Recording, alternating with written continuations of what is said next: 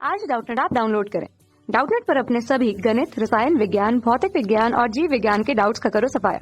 बस प्रश्न की फोटो खींचो, एक ही प्रश्न को क्रॉप करो और तुरंत वीडियो सोल्यूशन पाओ। अभी डाउनलोड करें।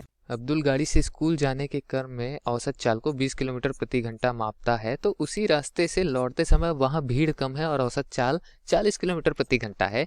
अब्दुल की इस पूरी यात्रा में उसकी औसत चाल क्या है, यह हमको ज्ञात करनी है। तो प्रश्न में क्या क्या दिया है वो देखते हैं। मान लेते हैं ये अब्दुल है और ये इस जगह से मार्ग इसका शुरुआत होता है और इस जगह कहीं पर स्कूल जाकर अंत में होता है। ठीक है, मतलब ये घर है, ये स्कूल है, इसका बीच का रास्ता है। रास्ता हम लोग सीधा ले लेते हैं क्योंकि प्रश्न में दिया नहीं गया है। ठीक है, तो स्कूल जो है वो कितनी दूरी पर है ये हमको नहीं ज्ञात है, लेकिन समय कितना लगता है वो हम मान सकते हैं। हम मानते हैं कि T1 समय लगता है जाने में और T2 समय लगता है आने में। ठीक है, तो जाने की अगर बात करें, ये स्कूल की लोकेशन है, ये अब्दुल का। ठीक है, तो जाने के समय का मान हम किस तरीके से निकाल सकते हैं दोस्तों? चाल बराबर दूरी बटे समय होती है, तो समय बराबर क्या होगी? दूरी बटे चाल होगी। ठीक, अगर सीधी रेखा ले रहे हैं तो चाल ले सकते हैं। अगर रेखा ये जो है लकीर टेढ़ी नहीं है, मतलब स्कूल जाने का रास्ता सीधा नहीं है, तो हमको औसत चाल लेना पड़ेगा। औसत चाल का मान ही दिया गया है वैसे तो हमको, तो यहाँ लिख लेते हैं दूरी बटे में औसत चाल। तो इस तरीके से हमको समय का मान का पता चल जाएगा। ठीक है, दूरी हम मान लेते हैं कितनी है? x है, क्योंकि हमको दिया नहीं गया है तो हमको मानना ही पड़ेगा और कोई विकल्प नहीं है हमारे पास।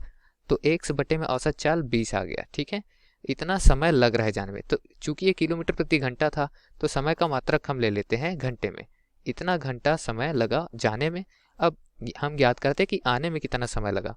यही वाला सूत्र लगेगा, दूरी बटे औसत चाल। दूरी क्या हो जाएगी? आने के समय दूरी परिवर्तित तो होगी नहीं, स्कूल से घर, घर से स्कूल समान दूरी रहेगी, तो x दूरी ये 40 किलोमीटर प्रति घंटा की औसत चाल से चलकर आएगा। ठीक है, भीड़ कम है क्योंकि, इसीलिए x बटे 40 लेंगे और इसका मात्रक भी क्या हो जाएगा दोस्तों? घंटा, क्योंकि 40 किलोमीटर प्रति घंटा है। ठीक है, तो इस तरीके से कुल समय हमारे पास T1 धन T2 निकल करके आएगा, जाने और आने में लगा हुआ समय। ठीक, और कुल दूरी क्या निकल करके आएगी? जाने में x दूरी तय किया, वापस आने में भी उतनी ही दूरी तय किया, मतलब x धन x 2x। तो अगर बात करें कुल औसत, यानी कि अब्दुल की इस पूरी यात्रा में उसकी कुल औसत चाल की बात करें, तो हमको कुल दूरी और कुल समय का अनुपात लेना पड़ेगा। ठीक है ना, चलिए लिख लेते हैं यहाँ पर कुल औसत चाल। कुल औसत चाल, इसके लिए सूत्र क्या लगाएंगे? जो ऊपर लगाया है दूरी बटे औसत चाल, तो यहाँ पर दूरी की जगह क्या लिख देंगे? कुल दूरी, और यहाँ नीचे क्या लिख देंगे? कुल समय। ठीक है ना, कुल दूरी बटे कुल समय। तो कुल दूरी कितनी हो गई? 2x हो गई। जाने में x, आने में x, तो जाने का और आने का दूरी का योग हम कर देंगे। ठीक है, कुल समय कितनी हो जाएगा? T1 धन T2। तो T1 का मान क्या है? x बटे 20 धन T2 का मान कितना है? x बटे 40। ठीक है, अब बस मान निकालते हैं हम, तो x बटे 20 को क्या लिख सकते हैं? 2x बटे 40 लिख सकते हैं। तो इस तरीके से ऊपर आ जाएगा 2x, यहाँ नीचे क्या आ जाएगा? 2x धन x, मतलब 3x और बटे में 40। आगे और हल करते हैं इसको, तो 40 को ऊपर लेकर चलते हैं। ठीक है ना, इस तरीके से 2x बटा 1 गुना में क्या आ जाएगा? 40 बटा 3x। x से x कटेगा, 40 का 2 से गुना होगा, 80 होगा, तो 80 बटे 3 हमारा मान आ जाएगा। ठीक है, लिख लेते हैं 80 बटे 3, मात्रक क्या हो जाएगा? किलोमीटर प्रति घंटा।